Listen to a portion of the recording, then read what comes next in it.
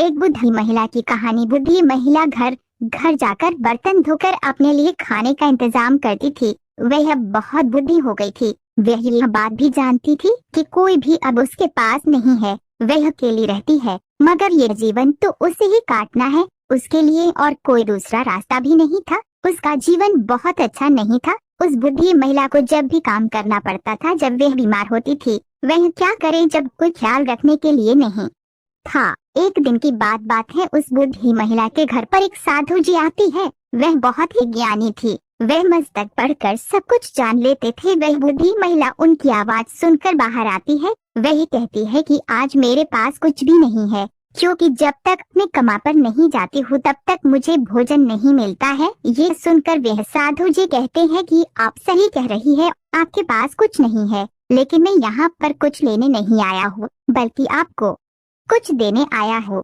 वह साधु बाबा की बात नहीं समझ रही थी। वह बूढ़ी महिला कहती है, मुझे आप क्या दे सकते हो, जबकि मेरा जीवन मेरे लिए ही बोझ बन गया है। जब तक मुझे जीना है तब तक परेशानी उठानी है। यह सुनकर वह साधु जी कहते हैं कि आज के बाद तुम्हारी परेशानी दूर हो जाएगी। ये कहकर वह चले जाते हैं, मगर वह बूढ़ी महिला उनकी बात भी समझ नहीं पाई थी। वह क्या कहना चाहते थे उसे कुछ समझ नहीं आया था, लेकिन फिर भी वह अपने काम पर चली जाती है। आज वह बूढ़ी महिला काम पर जा रही थी, तभी रास्ते में उसे एक आदमी मिलता है जिसकी तबीयत बहुत खराब थी। वह जमीन पर पड़ा हुआ था। वह बूढ़ी महिला उसके पास जाती है। वह कहती है, आपको क्या हुआ है? वह आदमी कहता है कि मेरे थैले में दवाई रखी है, मुझे वह निकाल कर दे दो।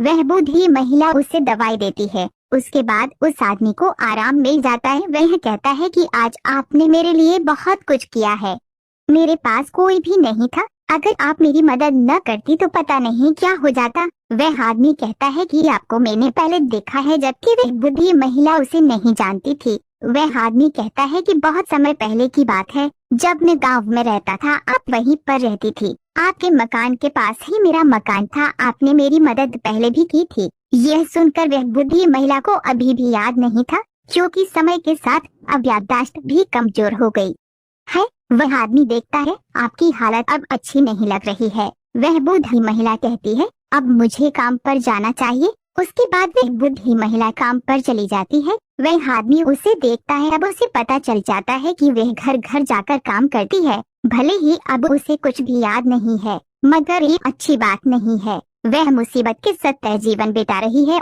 शाम के समय वह आदमी उस बूढ़ी महिला की झोपड़ी में आता है। वह उसकी मदद करना चाहता है, क्योंकि उसने उसके लिए बहुत कुछ किया था। उस दिन के बाद वह आदमी उस बूढ़ी महिला को अपने घर में लेकर आता है। वह आदमी अब बहुत अमीर बन गया था, मगर वह उस बूढ़ी महिला के उपकार को कभी भूल नहीं सकता था। जीवन में कभी भी कुछ भी हो सकता है, इसलिए हमेशा अच्छा काम कर। कहानी पसंद आए तो ईश चैनल को सब्सक्राइब करें और वीडियो को लाइक शेयर कमेंट करें।